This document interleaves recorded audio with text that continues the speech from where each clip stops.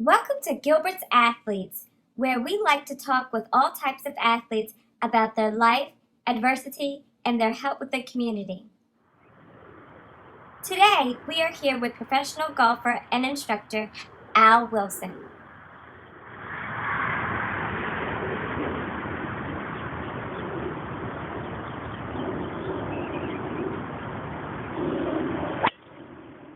How are you doing today, Mr. Wilson? Doing fine.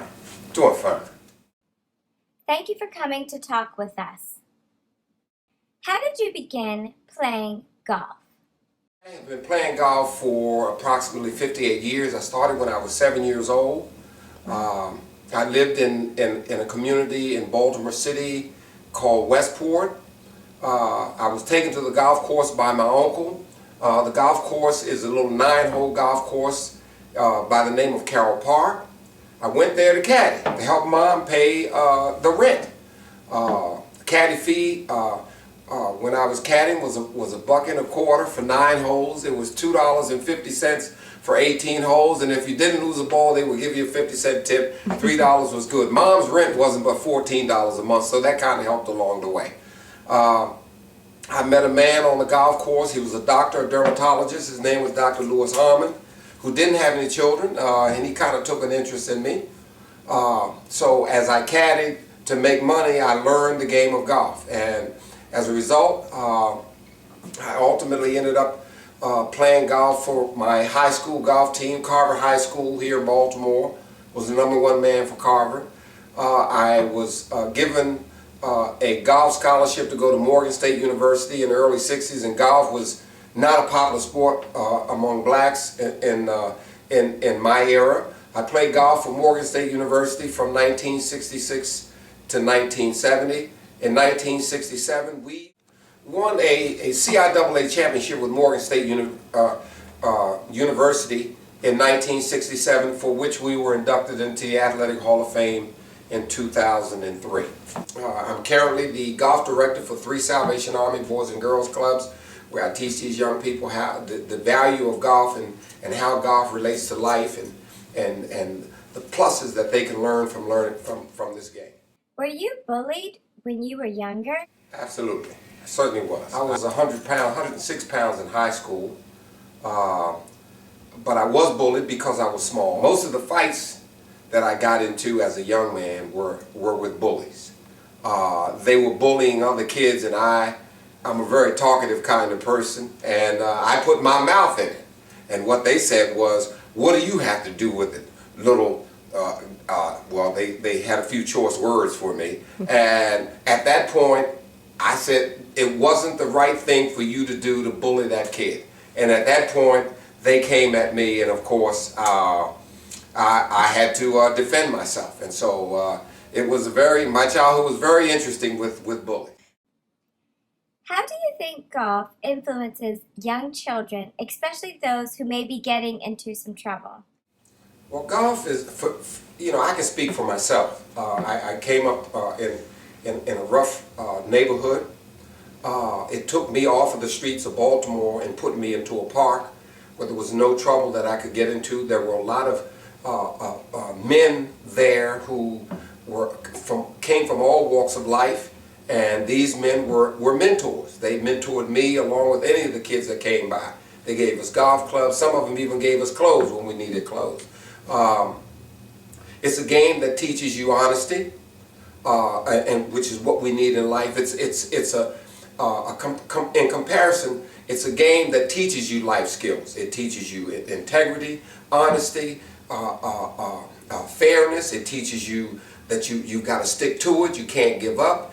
So it makes you strong on the inside, and gives you. It makes you feel that you've got to do it, and you've got to make things happen, and that's what makes this game such a wonderful game. We know you work with a lot of youth. What is something funny that they say to you? The funniest thing is, I know. Okay, it's like, these young people today are very headstrong. They believe that they can do any and everything, which I feel gets them into a little trouble, a little difficulty.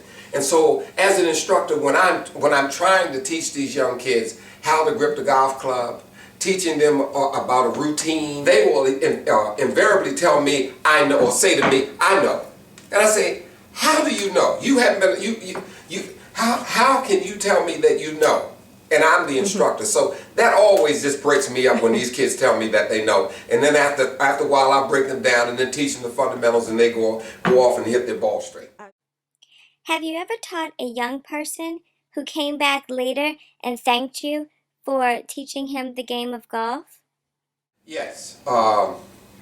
There's a young man by the name of George Bradford who is probably number 2 behind Tiger Woods he's not on the PGA Tour, he's on the Canadian Tour right now. He was a young man who got a golf scholarship to go to a school called Elon, I think the name of it is.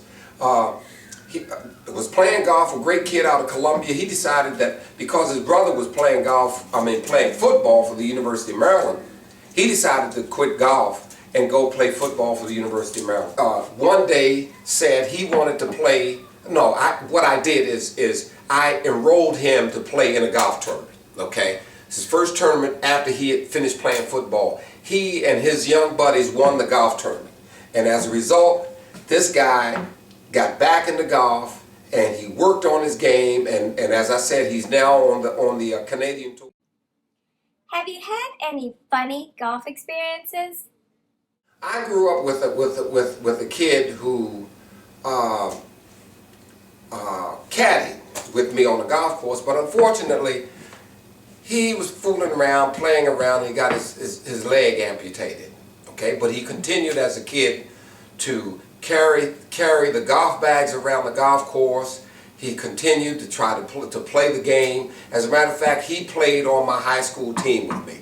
Now, he could not beat me, but he always tried to beat me on one leg. And I never forget, one day we were on the 9th hole, and he had me by one hole. He was one up, and he was smiling and happy. He was so happy that he was going to beat me.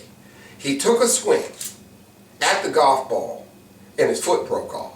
He fell to the ground, and I looked at him and said, George, you don't have me. Okay, and we played in, and it was hit the ball and carry George.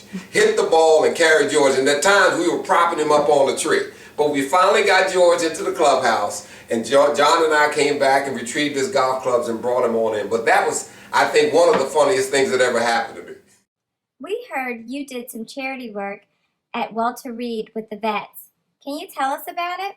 Yeah, I certainly can. And it was 2006, 2007. When I say we, I'm talking about Tim McCready, Rodney Binks Watts. We have a company called T-Mac Golf, and we were asked to come over and work with MWR, which is those people that support affairs for our troops and raise funds, and they're with Walter Reed Hospital. They asked us to come over to help them with their golf tournament, and so we did. We went over. We did a clinic for them. We helped them with the golf tournament.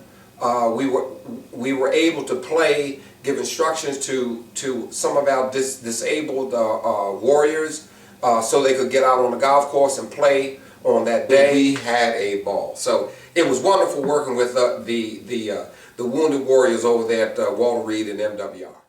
What is your #1 advice to give any child that is being picked on or bullied? If you're being bullied by someone, you need to let someone in authority know that you're having difficulty with that person.